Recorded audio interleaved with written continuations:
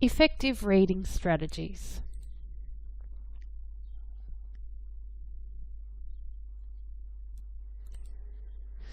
Even if reading is not one of your learning strengths, using some strategies will make it easier for you, make it more effective. Most vocational education and training courses will have some reading at the very least. Some will have lots of reading, and the higher level you get, so let's say Certificate 3 might have a moderate amount of reading. Certificate 4 is likely to have a bit more reading. Diploma level and advanced diploma could have a lot of reading, similar to university courses. Reading for information or for learning is different than reading for relaxation or pleasure. So we have some different strategies that we use when we're reading for learning. The key is to be actively involved with your reading. And if you think, we've got active listening, active learning, active reading. So get active. Try these. Try reading the text in small chunks. Take a mini break between sections to think about or talk about what you've just read before moving on to the next section. Pairing up with someone in your course to be study buddies could help you both do this. Taking it in turns and sharing what you've read in each section.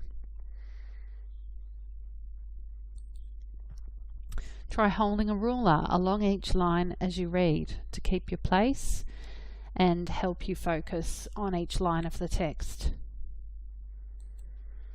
Try reading the text out loud. Try reading part of the text and then writing it in your own words. This is something I do for anything that I want to remember. I summarize the main points as I read.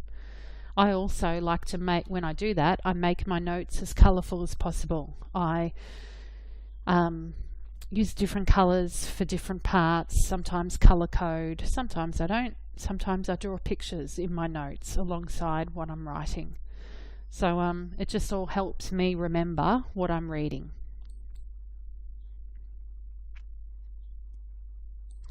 More things to try. Finding a good spot to read.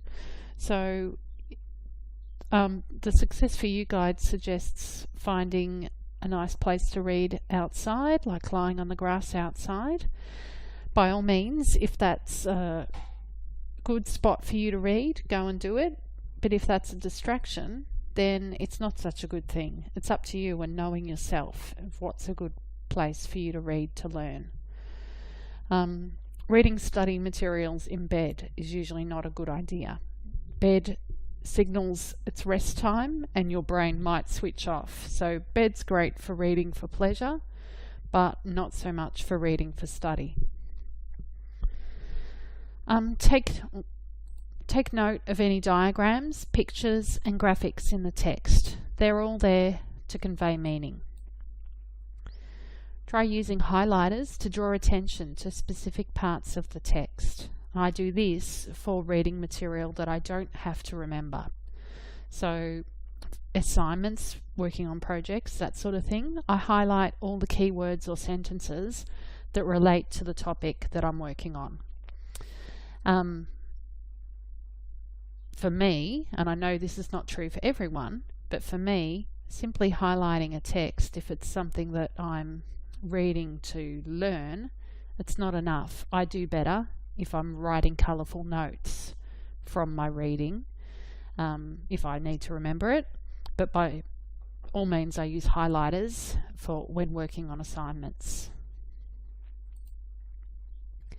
Drawing diagrams, tables or flowcharts and labelling them with the key points to visually represent the content of the text is a great idea, particularly for visual or even practical kinesthetic learners. If you can make the reading as practical as possible to you with flowcharts and process diagrams, then that can really help.